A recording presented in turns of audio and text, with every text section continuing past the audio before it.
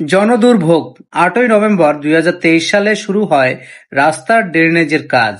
বেহাল দশা উত্তর সিটি কর্পোরেশনের দক্ষিণখান ও উত্তরখান এলাকার রাস্তার খানাখন্দরে ভরা, দুর্ভোগে ভোগান্তির চরমে। বিগত ১০ মাস যাবৎ এই এলাকার সাধারণ মানুষের ভোগান্তির দুর্ভোগের শেষ নেই। প্রতিদিনের যাত্রায় বিপাকে পড়েছে সাধারণ মানুষ, ঘটেই চলেছে নানান দুর্ঘটনা। এই এলাকার প্রায় সকল রাস্তা খোঁড়াখুঁড়ি করে ফেলে রাখা হয়েছে।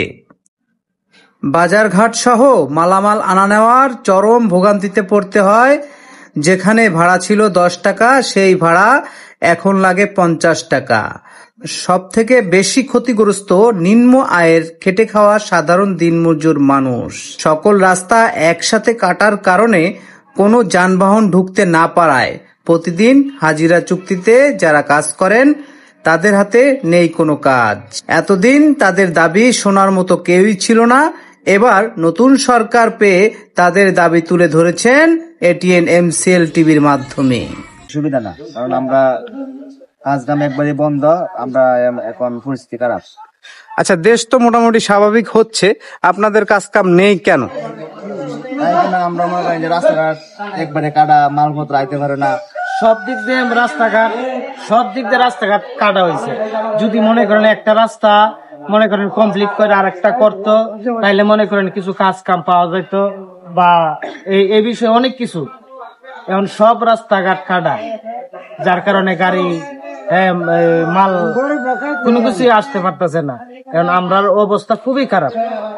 আচ্ছা, আর একটু জানবো, আপনারা দৈনিক কত করে হাজিরায় কাজ করেন?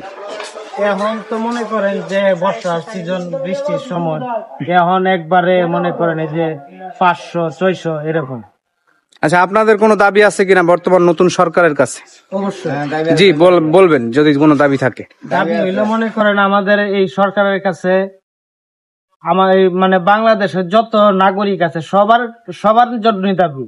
আমার শুধু একলা না, আমরা যে লেবার আছি ওদের জন্য একটা না, সবার জন্যই দাবি যে আমরা একটু ভালোভাবে যেন চলতে পারি। হ্যাঁ, কাজ কাম কইরা যেন ভালো একটা কিছু খাইতে পারি, ভালো একটা কিছু করতে পারি।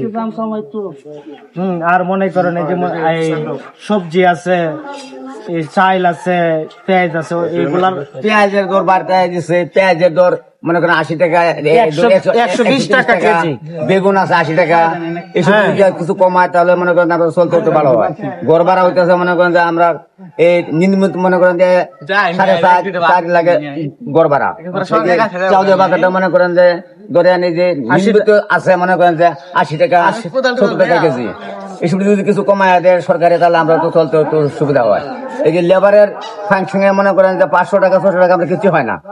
আট বাজারে গেলে কিছু হয় না। মনে করেন এটা যদি সবার জন্য হয়, যদি সরকারে একটু আমরা লক্ষ্য করে যদি ৮০০ মধ্যে হাজিরা আমাদের হালায়, কিছু দোকান আমরা একটু চলতে পারতাম আর কি। এরকম আশা করি আমরা এই সরকারের কাছে। তো সরকার যদি আমাদেরকে না দেখে, তাইলে তো মনে করেন আমরা করার কিছু নাই। এটা দেখার দায়িত্ব হলো সরকারের। দৈনিক হাজিরা কত পান? আমরা দৈনিক হাজিরা মনে করেন যখন মনে করেন ৬০০ টাকা পাই। ৬০০ টাকা পান। আচ্ছা, এই ৬০০ টাকার ভিতরে আপনার ঘরে কত খরচ আছে? ঘরে মনে করেন আমার এই ৬০০ টাকা বাদেও আরো ৮০০ টাকা, আমার আরো ২০০ টাকা। মনে করেন যে আমার ফ্যামিলি বড়, খাড়িয়া নাই, এটা আমার চলে না এসব দিয়ে। আপনি ৬০০ টাকা ইনকাম করে কয়জনে খান আপনার ঘরে? ৬০০ টাকা ইনকাম করে মনে করেন আমরা ৫ জনে খাই। ৫ জনে খান? কাজ করি তো একজনে। আপনি একজনই কাজ করেন, বাকি আর কেউ কাজ করেন না? ওই ছোট এই ৬০০ টাকার ভিতরে আপনার ঘর ভাড়া, আপনার খাওয়া দাওয়া, সকল কিছু। এই যে মধ্যে আমার সব কিছু। এখন এক কথায় আপনাদের দাবি সরকারের কাছে, যদি আপনাদের একটু মূল্য বাড়ানো হয় তাহলে আপনারা ভালো চলতে পারবেন। খালি আমাদের না, সবার জন্য। আমরা বেতনটা যদি কর্মস্থলে যদি যেটা কর্মটা যদি বৃদ্ধিটা করে, দাম যদি বাড়তি থাকে তো ওটা কোনো সমস্যা নেই। কিন্তু আমরা তো মজুরিটা পাচ্ছি কম, আমরা মজুরির দাম কম পাচ্ছি। ৬০০ টাকা ৭০০ টাকা মিস্ত্রি হাজিরা, ৮০০ টাকা হাজিরা। মিস্ত্রি ৮০০ টাকাতে পোষায় না, আর ৬০০ টাকাতে হেল্পারও পোষায় না। ফ্যামিলি যারা বড়, ওরা ঢাকা শহরে ঘর ভাড়া দিয়েও মানে কুলায় উঠতে পারছে না। এবং কোনো বাজার সদাই করে শখ করে একটা কিছু কিনে খাবে, তাও কিনে করে খাইতে পারতেছে না। এটা একটা আমাদের অবজেকশন, যে সরকার যেন এটার জন্য নিয়ন্ত্রণে আনে, এবং আমরা যেন সবাই যেন মিলমিশে যেন আমরা ক্রয় করে যেন খাইতে পারি, বা বউ বাচ্চা যেন পালতে পারি, আর ঘর ভাড়া যেন দিতে পারি, শান্তি শৃঙ্খলা যেন আমরা এটা বজায় রাখতে পারি। এটাই আমরা। ধন্যবাদ।